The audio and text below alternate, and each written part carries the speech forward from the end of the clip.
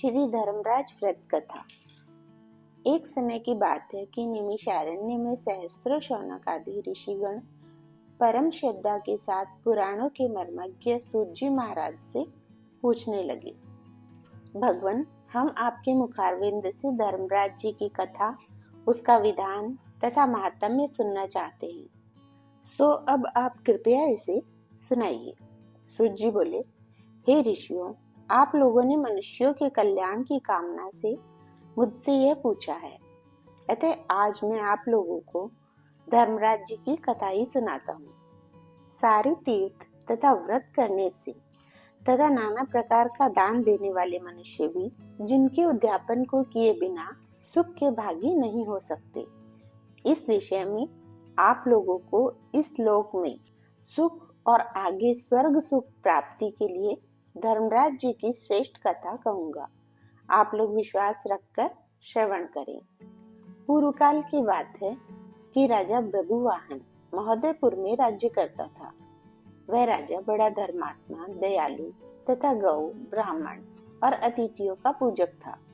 उसके राज्य में हरिदास नाम वाला महाविद्वान श्रेष्ठ ब्राह्मण था। उसकी पत्नी भी बहुत सुशील और धर्मवती थी, जिसका नाम गुणवती था। हरिदास विष्णु सेवक बड़ा तपस्वी था। तदनुसार उसकी पत्नी भी श्री भगवान की भक्त और पतिव्रता थी। उसने प्राय सभी प्रसिद्ध देवताओं के व्रत किए, परंतु धर्मराज की अर्थात धर्मराज नाम से प्रभु की सेवा कभी नहीं की।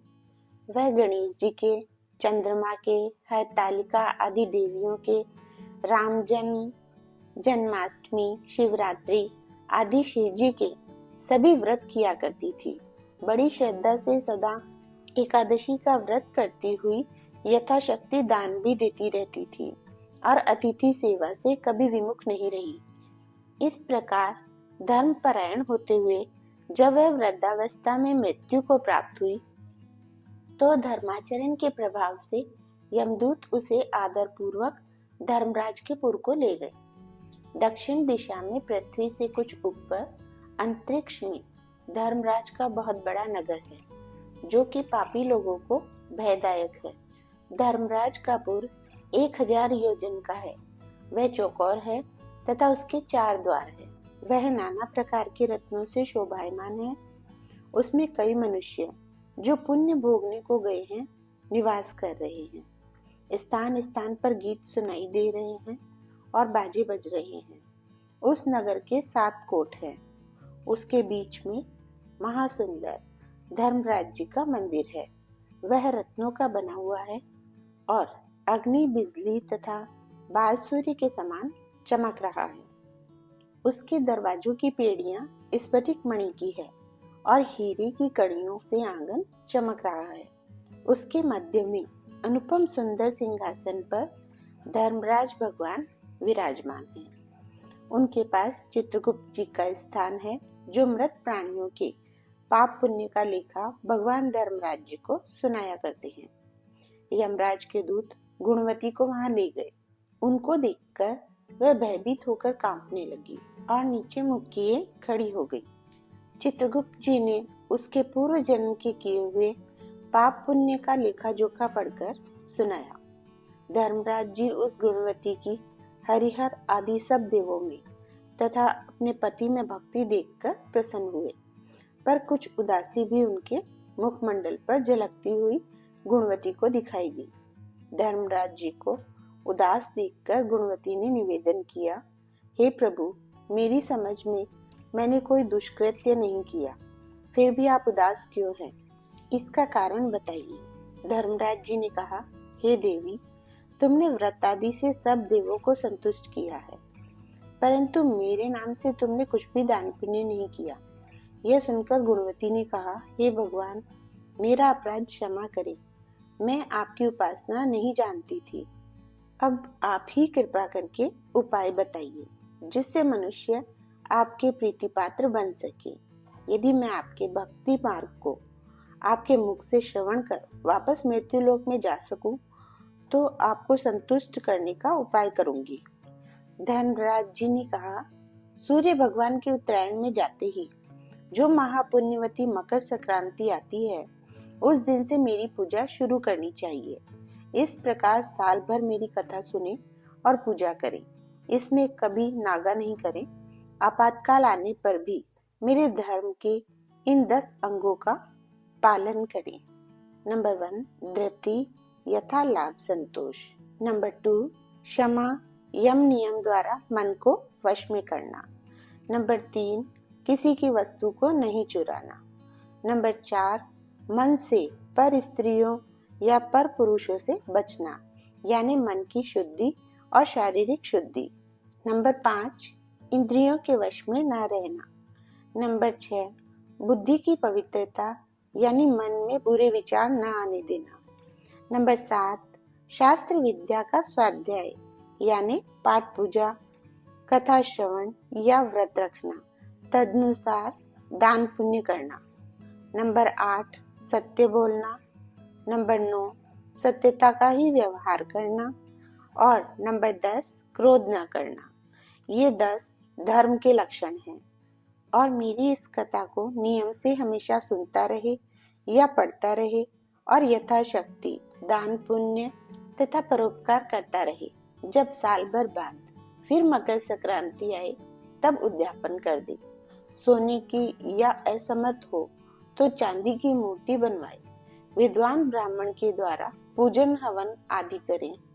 मूर्ति की प्राण प्रतिष्ठा कर पंचामृत से स्नान करा। षोडशोपचार से उसकी पूजा करें। मेरे साथ में चित्रगुप्त जी की भी पूजा करें और सफेद काले तिलों के लड्डू का भोग लगाएं। हमारी पूर्ण तुष्टि के लिए ब्राह्मणों को भी जिमाएं और बांस की छाबड़ी में 5.25 सेर धान्य ज्वार, जो मुक्तातुल्य मानी है, भरकर गुरु या ब्राह्मण को भेंट करें। स्वर्ग में चढ़ने के लिए सोने या चांदी की नसेनी भी दान दें। सुंदर बनी हुई शैया भी दान दें, जिस पर मुलायम गद्दा, तकिया और रजाई हो। इसके सिवाय कंबल, पादुकाएं, बांस की लकड़ी, लोटा, डोर, 5 कपड़े भी दान देना चाहिए। गोदान की सामर्थ्य हो तो श्वेत या लाल गाय मेरे लिए और काली गाय चित्रगुप्त जी के लिए दान दे। ये दान की वस्तु सर्वसाधारण के लिए है। धनवान व्यक्ति और कुछ भी दे तो और भी अच्छा है। गुणवती ने भगवान से अब यह प्रार्थना की, हे प्रभु, यदि ऐसी बात है तो मुझे यमदूतों से छुड़ाकर फिर संसार में भेजिए, जिससे मैं आपकी कथा का प्रचार कर सकूं। जो ही उसकी प्रार्थना पर भगवान धर्मराज जी ने स्वीकृति दी, उसी समय उसके मृत शरीर में पुनः प्राणों का संचार हो गया और उसके पुत्रादि कहने लगे कि बड़ी प्रसन्नता है कि हमारी माताजी मरकर भी जिंदा हो गई। इसके अनंतर गुणवती ने अपने पति पुत्रादि को वे सब बातें कही जो धर्मराज जी ने मनुष्य के कल्याण के लिए कही थी, और खुद ने भी वह व्रत शुरू कर दिया। मकर संक्रांति से ही उसने प्रतिदिन धर्मराज जी की पूजा और कथा आरंभ कर दी और स्वर्ग में जाने के लिए दान पुण्यादि कर्म भी आरंभ कर दिए। इस प्रकार वह गुणवती साल भर में धर्म कथा सुनकर तथा धर्म के 10 अंगों का पालन कर मृत्यु उपरांत जब स्वर्ग में पहुंची तो देवताओं ने उसका आदर किया और वह सदा स्वर्गीय भोगों को भोगती रही। सूत जी महाराज ने शौनक आदि ऋषियों से कहा, हे मुनियों, जिस घर में स्त्री या पुरुष इस धर्मराज व्रत कथा को श्रद्धा से प्रतिदिन पढ़ते या सुनते हैं, वे दुखों से मुक्त हो जाते हैं। इसमें कुछ भी संशय की बात नहीं है। मृत्यु काल में यमदूत जो लेने आते हैं, वे भी उसको आदर पूर्वक ले जाते हैं और धर्मराज जी उसे सदा सुखी रखते हैं। यदि उन मनुष्यों के कुछ पाप बाकी हो तो शीघ्र ही पाप नाश का उपाय बताकर शीघ्र ही पाप मुक्त कराने में सहायक बन जाते हैं। गरुड़ पुराण आदि में लिखा है कि पापी लोगों को यमदूत महान कष्ट पहुंचाते हुए ले जाते हैं, परंतु धर्मराज जी की कथा करने वाले यमलोक मार्ग में भी कष्ट नहीं पाते और वे प्राणी शीघ्र ही स्वर्ग तथा अपवर्ग मोक्ष तक को प्राप्त हो सकते हैं। श्री सौर पुराणे वैवस्वत खंडे धर्मराज कथा संपूर्ण। जय हो धर्मराज जी महाराज की।